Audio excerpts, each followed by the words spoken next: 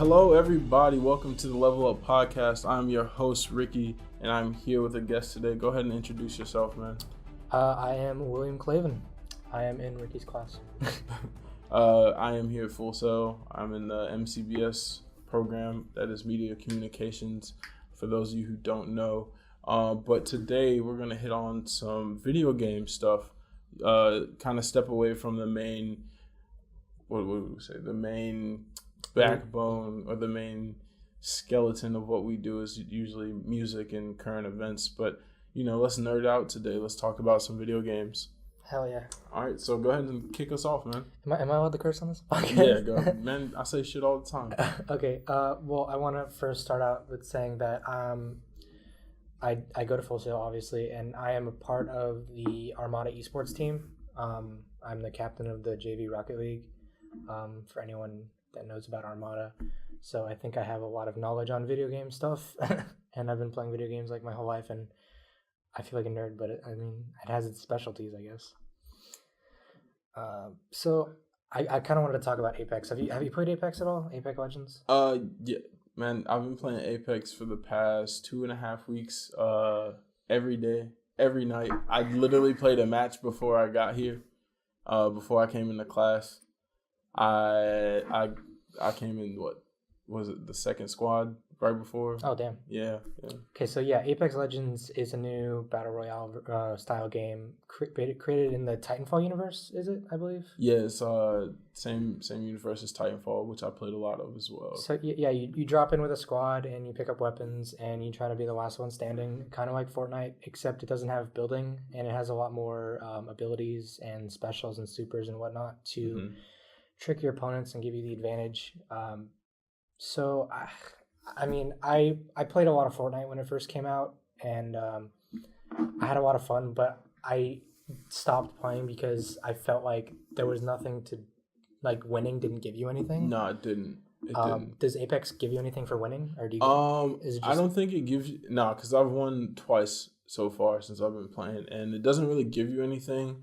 But say you won and you got 4 kills, 5 kills, and you did a lot of respawns and things like that, you get XP for that. Mm-hmm. So once you hit a certain amount of XP points, or I said points twice, but once you hit like a certain number, it gives you an Apex package, and you get like different unlockables. And then is it customizable, or does it give you any advantage in the game? No, not really. It's just skins. Skins and stuff. Yeah, it's just customizable. Yeah. So that's like the biggest reward system right now. They're running a skin for a Wraith. It's like 0.01%. Is the knife thing? Yeah, it's the knife thing. I will say the one thing I like about Apex that sets it apart from like most things, for it to be free to play, it plays a lot like a Call of Duty, kind of, in a way. And it basically takes the elements of a Fortnite, the elements of a PUBG, and like expands. And I don't know, the movement style in this is really cool. I like the whole slide feature. Like if you're running down a hill and you slide, it makes you go faster. You holster your gun, you run faster, things like that. Yeah, each character has their own special abilities as well. One of them has like a grappling hook. One of them has like a supply drop, I believe. I main a Bloodhound, and he's the technical. This guy? Nah, that's the one with the crow. Okay, yeah, that's cool looking. You're a tracker. He picks up cold trails. You can see how long somebody's been in the area, how long ago they were in the area. His ultimate is Beast of the Hunt, so you can see heat signatures, and you run faster. So it's pretty cool. It's nice to have as a support, but at the same time, he holds his own, like in a battle. So. Yeah. So this game is like came out of nowhere. I don't know. Did they give any announcement on this game coming out or any trailers? I don't think. I think it just came out. I think they did. Like, they didn't do a trailer, but you know how stuff drops on Twitter and it's like, we're about to do such and such. I seen one of those. It dropped, and I got a text message from. So I stayed with this lady, and her son-in-law works for EA. And he's been tracking this for a long time, and when it dropped, he texted her, and so she sent me the text message, and I was like, oh wow, that's cool. Yeah. So I I stutter a lot. Sorry. I think I do want to try this out. I have it downloaded. I haven't played it much. The fact that this gives you like drops at the end of it, or earning XP gives you drops, makes it. I mean, it is random, right? The drops are like RNG. Mm-hmm. It makes it more fun to play instead of like Fortnite. You have to spend money for a battle pass, and then that XP unlocks skins. And once you finish the battle pass, there's nothing left to do really besides like challenges and stuff. Yeah. I think it's really creative. I didn't think there would be a new battle royale game this soon that would take away Fortnite at all. But like Ninja, I haven't seen him play Fortnite at all since he's been playing Apex, and which is really funny. The fall of Fortnite, it was to come soon. Somebody was going to dethrone Fortnite. Yeah, I think Fortnite is staying for the kids now that are into it, and Apex is for the adults. They're going through a lot of things outside of the game world. So I mean, they're getting sued by a lot of people because of their emotes. Yeah, which I don't think you could sue someone for you can't copyright a dance. Because I remember Carlton, the character that played Carlton, it just like on Twitter said like the copyright strike fell out because you can't like copyright a dance. Thing with a dance is still intellectual property because you had to come up with that dance and you had to literally make it known to the point where people are doing that dance. So like the same way Mark Zuckerberg got sued for Facebook because he stole an idea, like it was somebody else's idea and he got sued for that. Yeah. I feel like the same thing should apply to a dance. Like nobody was doing this before me. I came up with this and now everybody's doing it. It's mine and it's documented that it's mine. Yeah, I guess. So that makes more sense. Yeah. Well, outside of Apex, what other games do you enjoy playing? What's your favorite game? Let's see. Right now that I'm playing a lot. Besides Apex, I'm still running a lot of Red Dead Redemption. Yeah. Okay. My dad had never played like a console. Like the earliest he played was like the Mario games when they first came out. Mm-hmm. We bought him a PS4 Pro for Christmas with the Red Dead bundle, and he's been having a lot of fun with that. It's a long game, apparently. It is, and there's a lot of stuff to do. A lot of stuff pops up randomly, and it just gives you a lot of things to work on. Mm-hmm. So, like, some of the side missions are just as long as the main mission. It kind of adapts and goes along with the story. Yeah. Mm-hmm. That's cool. Yeah, it looks really detailed. It's like GTA, but a lot better and more Western, less mini games. Yeah. It's like an actual story. It's made by Rockstar, so of course, same. Mm-hmm. And then Anthem just came out. It just came out, or is it like on preload or something? I think it just came out. I think it just came out. Anthem did just come out. The beta was a while ago. I want to say like sometime last month. So you didn't play the beta? No, I didn't get around to it. I played like an hour or so. Obviously, I could have played a lot longer, but I had a lot more stuff I'd rather play. The only thing I didn't like about the beta is the fact that, I mean, obviously it's a new game. You don't know much of what you're doing, but the enemies that you fought were really high level, and the people that you squatted up with didn't really know what they were doing. So there were a lot of times during a mission where I just everyone kept dying and you had no idea what you were doing, and I didn't even get past the first mission. But I've seen a lot of people playing it, and I've seen a lot of good reviews about it. It looks like a pretty decent game. What you just said reminded me of you remember Game Evolve? Yeah. So when Evolve came out, they really didn't tell you how to do certain things. They were just like, yeah, man, in this game you can do this, this, and this. Here, go have fun. Yeah. And it's basically a whole strategy-based game, but people were going at it more like a run and gun and like, I'm just going to go shoot this monster. But you get to play as a monster, so it's not the same each time. The monster does different things. So it's just like the game wasn't fun because it was really unorganized. Until you learned how to play the game, and then it kind of became fun. But at that point, you were just fed up. Yeah. I don't have the money right now to get into Anthem. I think I would if I had the money, but my current focus is more on Destiny 2 and Rocket League at the moment. I'm trying to get back into Overwatch because the Overwatch League is happening right now. Yeah, I've heard about that. I just ordered my Vancouver Titans jersey. It's one of my closest areas to my hometown, so I wanted to rep them. Have you played Destiny at all? Destiny 2? Destiny 1 I played really heavy. Mm-hmm. That was the one that kept me away from my job Yeah. Same. I would take off on launch day for like the different seasons or whatever. What is it called? Whenever they dropped. Yeah, the DLCs. The expansions. Yeah, there you go, expansions. They dropped expansions. I'd take off from work, and they drop at 5. 5 was always the refresh time. The reset day. And so in the morning or at night? In the morning. Oh, yeah, I remember that. So I'd take off from work for that day, and I'd stay up until 5 a.m. and wait until it reloads, and then I'd run it. Yeah. Run all the new stuff with my friends. So yeah, I'm a hardcore Destiny player. I've been playing since the alpha of Destiny 1. Wow. And I've done like everything in every game. Mm-hmm. Destiny 2, I played a lot, and then when the newest DLC came out, Black Armory, I stopped, and a lot of people stopped too because the first activity you got to do, it was super high power, and you couldn't even do it. You had to go do normal Destiny 2 stuff, go do flashpoints to level up your character and stuff. It was held back behind a power wall, and a lot of people didn't like that, and eventually they changed it. You heard that too, right? Yeah, something's happening outside. I don't know. Anyway. Okay. But I have Destiny 2 at home. It's sitting on my shelf. I haven't played it at all. Mm-hmm. 1, I didn't have anybody to play it with, and 2, I got tired of like, okay, I have to start over. I don't have anything. I'm in the farm. Like, I don't feel like doing these like initial missions in the dead zone. Like, I don't feel like doing any of that, and I have yet to leave the dead zone.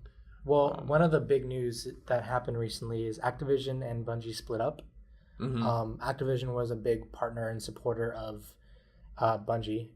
They originally joined them when Destiny 1 started. I don't think they were with them for Halo, but Activision was the reason they added Eververse and loot boxes and stuff and held them back a lot in their materials. And now that they split up, I think a lot of good things are coming for Destiny, and the next DLC, hopefully. I don't think the next DLC will seem that different, right, but the one after that I think will be very big in terms of actually good content. Right. Now that I know that you're a huge Destiny 2 player, I will put it in my PlayStation now, and I play every day. I'll play something different. Now, do they turn off the levels in Crucible? Crucible everybody's levels, everyone's equal. Level doesn't matter. In Iron Banner, I think it's different. Yeah. They took out Trials a long time ago. Oh my God, that was my favorite. I love Trials. A lot of people loved it, and they're trying to rework it because a lot of people loved it and a lot of people hated it. I remember staying up all the time. My 3-man team going here. Yeah, I mean, if you had a team that was good, you enjoyed it. Yeah, but if you didn't, and you were just constantly being bombarded with sweaties and tea bags, and it wasn't fun for those people. The thing to say that for me personally, it was fun because, okay, I wasn't as good, but it was nice to know, like, okay, I'm not that good. If I go in here and I get at least a kill or I do at least some damage, I know that I'm getting at least a little bit better. But did you ever get the pinnacle endgame rewards, like flawless? I got to the endgame reward once, and that's because I got carried. There you go. That's why. It's fun for the people that are good, right? Yeah, I got carried. What I was going to say is it's fun for those that are good. And also people are paying to go to the White House and go to the end game. Like they're saying like, oh, if you're a sub on Twitch, I'll carry you, or $20 and I'll carry you. And it's just like, it shouldn't, I didn't even know about it should not be like that. It's like, there should be a way for the end game to be grindy for those that want it. And then people to actually just get to the end game casually, but over a longer period of time. Right. The 7-0 flawless, I went flawless a lot because I'm actually good at the game. But a lot of people have asked me to carry them, and I just don't feel good enough to do that. Yeah, I feel that. I was pretty good at 1 in Destiny 1, so I feel like if I did play Destiny 2 and I grinded the same way I did in the first one, I feel like I'd be pretty good in this one. Mm-hmm. I always hold my own in Crucible.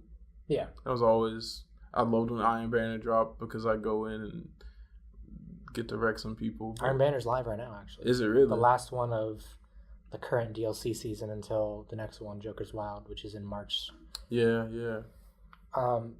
But speaking of video games, I also wanted to talk about this recent update with Black Ops 4. What's going on with it? I forgot what the title's called, but they have these seasons, kind of like how Fortnite has the Rocket Pass, or Fortnite has the Battle Pass, right? Where you have a limited time to earn these pinnacle skins, and then it refreshes. It shows like a countdown, like 3 weeks until you can do it. So they're like mini DLCs in Black Ops 4. So this recent one added a bunch of. It's based around like kind of GTA style themed. Like Blackout has like police cars and robbers. It's like kind of like cops and robbers, I guess. But one of the biggest things that they added was they actually added loot boxes to Black Ops 4 now, which you can obviously buy it with COD points. But they took away loot boxes since Black Ops 3, I believe, because people just didn't like it. They were held back. Like there were actual guns in the boxes that held them back. I stopped playing Call of Duty after Black Ops 1. That was a good game. I feel like that was the pinnacle. That was a good game. Because that game was my favorite. All the Black Ops are one of the best. Yeah, and the Modern Warfare. I didn't like Black Ops 2 that much. Modern Warfare 3 was okay. I like them for the zombies. I'm a huge zombie. Okay. I feel like the best zombie one that I played was World at War. Oh yeah. I think that one definitely is like hands down my favorite. Classic. And like none of those can top it. And I feel like I have this really bad thing where I just compare. I'm like, this doesn't compare to World at War, so I don't like it. But I guess I need to go in and take everything at base value. Yeah. Just be like as its own thing instead of trying to compare it to the last one. Yeah. Well, the reason why I brought up the loot boxes is because I wanted to talk to you about what is your opinion on loot boxes. Like, so Black Ops 4 right now, I believe nothing is pay to win. I think inside it's skins, emotes, sprays, and weapon variants, which it makes the weapon look different. Right. But there are some games that have pay to win objects. Like there's different guns and there's different abilities and stuff in game. What do you think about loot boxes in games? So the thing that would make me not really care as much there are some games where they have loot boxes and you can buy these things, but you can also grind to get these things. Like they're not just exclusive to the people who buy their loot boxes. Yeah, obviously the loot boxes you can earn them with XP, but you can also buy them. So not even just like the loot boxes themselves, like Apex for example, you could have bought the 2 characters that are not unlocked, which are Caustic and Mirage. Oh, so it's character. You can unlock characters. You can unlock them. So like can you get them out of loot boxes though? I don't think you can get them out of loot boxes. I think the only thing you get out of their what they call their Apex packs, loot boxes. You get skins for your weapon, skins for the character, banners,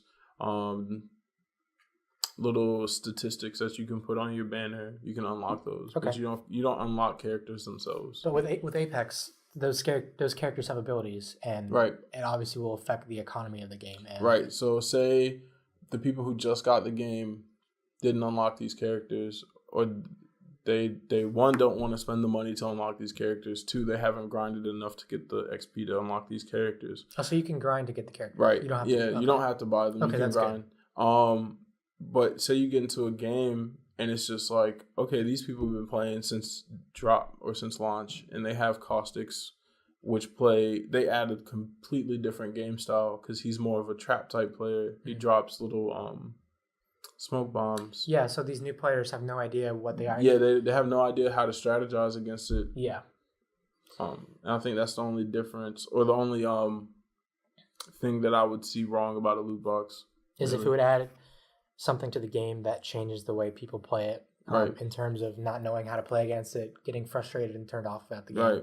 Right. I feel like so you can earn it with XP, which is good. I was worried that it was you get them out of loot boxes only, and you had to either get the RNG for the loot box or buy them yourself. Which, if it was that case, I wouldn't like it. But yeah, I think loot boxes overall, it should only be cosmetics, like ever. If it's anything other than that, I think only dedicated people are going to play it, and it's going to turn off a lot of fan base. To people. I can agree with that. I can agree.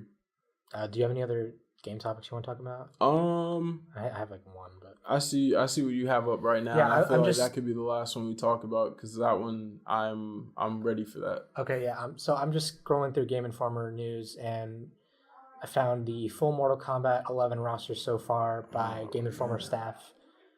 I'm so ready for this. Yeah. I have had every Mortal Kombat game ever.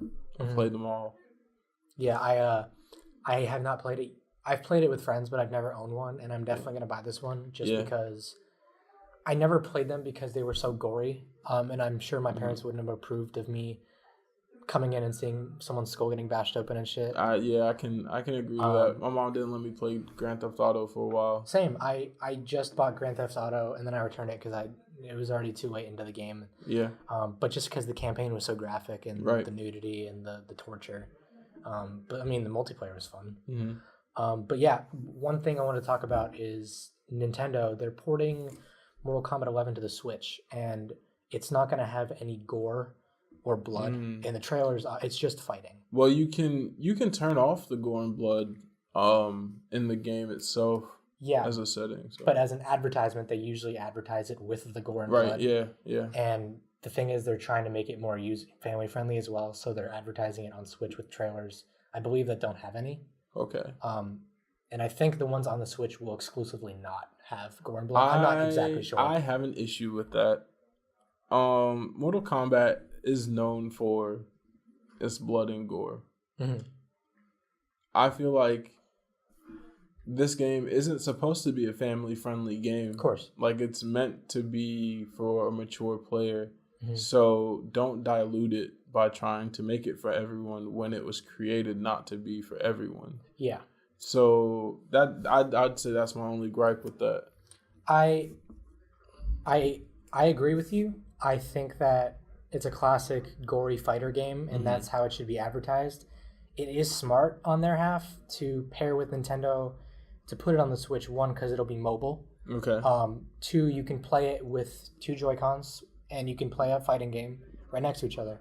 And I'm not sure if it has gore or not in the Switch version, but it would obviously be smart for them to advertise it without it for the younger generation. Right. I guess that is a good business. Yeah, they're trying to increase model. sales, obviously, with, different console, different platform, more people. Mm-hmm. But yeah, I definitely think it should remain gory because it's so fucking good. It's so incredibly detailed. So I see you have this roster up. Tell me a little bit about who you think you would play with, or from what you see. So what would be, what looks like it would be your. Obviously, I would play the classic Scorpion, Raiden, and Sub-Zero. Those are like, I don't know much about the game, but I know those are like really popular characters. They look the coolest. Looking through it, Shao Kahn looks really badass. Shao Kahn is a badass. Obviously they don't have a lot revealed right now. Right. I think Cabal would be cool. Most of the like badass like just chains and swords. It's really cool. So from what they have up, they have confirmed Jade. Jade was just confirmed last week or sometime last week, and I will definitely use her. Her staff is OP. Oh, okay. It could be used close range, but at the same time, it gives you a great bit of range. And the main one that I'm really ready for is Baraka. Okay. Baraka was one of my favorites back in the day, and they took him out after MK9, so he wasn't in the last one. He was in the cinematics, but he wasn't a playable character. That guy right there is ruthless. If you can't tell by his face with all the teeth. That is my favorite. Him and Reptile will be my favorite. I hope we get to see Reptile back in this one. You get to spit acid balls at people. It looks insane. One other topic I wanted to get before this podcast ends is, do you play Smash at all? Do you own a Switch? I don't own a Switch. Have you played Smash in the past? I've played Smash, yes. So they are known for giving out character reveals for characters. And in this new Smash Ultimate, they have a fighter roster DLC that they will be releasing characters in stages and soundtracks through the different months. Okay. We have one character announced right now, which is Joker from Persona 5. I don't know if you know. I know Persona, yeah. Okay. I wanted to give my predictions on characters that I think could be good in Smash and who I think would be good to add to the game. And you can obviously give your opinions. Anything Nintendo-based, anything media-based. I don't know the restrictions on... the cast of Smash Bros. You know the generic... Yeah. what games they're from. So, first off, I think Banjo-Kazooie, a lot of people have wanted Banjo-Kazooie. I can see that. I can see Banjo in there. I saw an image of someone made every move, up smash, down smash, like every move that it would do. And it looks like a cool character. Like it looks like it would work in the game. Banjo-Kazooie, Shadow the Hedgehog, any like character from Sonic, like Eggman and stuff. I'd see Rogue in there. Yeah, Rogue. Yeah, that'd be cool. A lot of people want Waluigi, and I'm sure it will come sooner or later. It's the one Smash character, like Mario character, that they have not added. Like the whole Mario roster's there, like the Koopalings, Bowser, Toad, even like Goomba. Yeah, not Goomba. I don't think Goomba's in. I'm thinking of Mario Party, but Waluigi. I mean, Wario's in it. Waluigi definitely should be. No, if Wario's in there, Waluigi definitely has to be in there. I mean, it's an assist trophy, and I don't know the restrictions on adding characters that are already assist trophies, but I'm sure it'll come eventually. And now that Persona, they're adding Persona characters, obviously, I think other Persona people in that genre could come in. I would love to see like Goku. That'd be pretty cool. Goku in that game, but I'm not sure about their limitations on that. Well, I mean, didn't they put Snake from Metal Gear Solid as a DLC character? So I feel like they can pull from different companies. I don't think it'd be that hard, especially if you're just like, this will bring you a lot of money and it'll also bring me a lot of money. So Nintendo. Let's do it. It's like one of the biggest companies known. Right. So I feel like if there's enough push for it, like if there's a good push for it, it could happen. I want to see Conker from Conker's Bad Fur Day. I've never heard of that game. You've never heard of that game? Mm-hmm. What's it called? Conker's Bad Fur Day.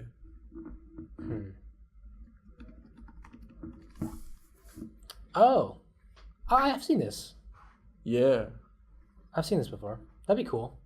Oh, yeah, this guy. That'd be cool. Yeah, he'd be a cool character to add. He's very small, kind of like Speedy, I guess. I feel like any of the old school games. Yeah, like I'd love to see a Spyro. Spyro would be good. My girlfriend loves Spyro. I'd love to see a Spyro. That'd be interesting. Maybe a Crash Bandicoot. Yes, that was another one I was thinking of. Speaking of anime, were you gonna buy Jump Force? Yes. I can't even lie and say no. Yes, I was, because the Shonen Jumps. Are you going to? Yes. There were some pretty bad reviews, but that was for the story mode. I've seen a lot of people playing it, and it looks awesome. You can have it in English sub or dub, which is cool. So you can have like Japanese. I'd have it sub. Obviously. Just for the authenticity. Yeah. Yeah, I would love to have the anime just noises and shit in the grunts in Japanese. But yeah, that's I would buy it just because there's some animes in there that I would like, and I need to get more fighting games to get better at them. But yeah, the only reason why I want it is because it's all the Shonen Jump characters, and growing up, I used to have the really thick Shonen Jump like comic strips sent to my house. That's cool. And it'll have like 4 or 5 different animes in one. And it'd be like an addition. So it's just like, okay, last time on this, whatever, this is what happened. So this is the new one. And then you read through it and you're just like, now I got to wait like a month or like 2 weeks to get my new one or my next one. Yeah, the only thing I ever had sent to my house was Game Informers and those like old kid magazines. I don't know what they're called. They had like puzzles and shit in the back. I used to get like the animal ones. Yes, like the science animal ones. Yeah. Yeah, well, that's all I really had in terms of gaming news and shit. It's been happening. Cool. I appreciate you stopping by. Thank you. I feel like we had a really nice conversation. I can get used to talking about video games because I don't really have anybody to talk about video games with, so we can make this a regular thing. Definitely. Thank you guys for tuning in. So, Will, where can they find you at? Where can they reach you if they want to talk games or see any of your streams? So I have a stream. I have a Twitch. It is twitch.tv/Armada_BIK. I stream my matches with Armada and practices and other gaming games. And I also have a YouTube channel. It has nothing to do with my name, but it's called Seattle's Finest. Okay.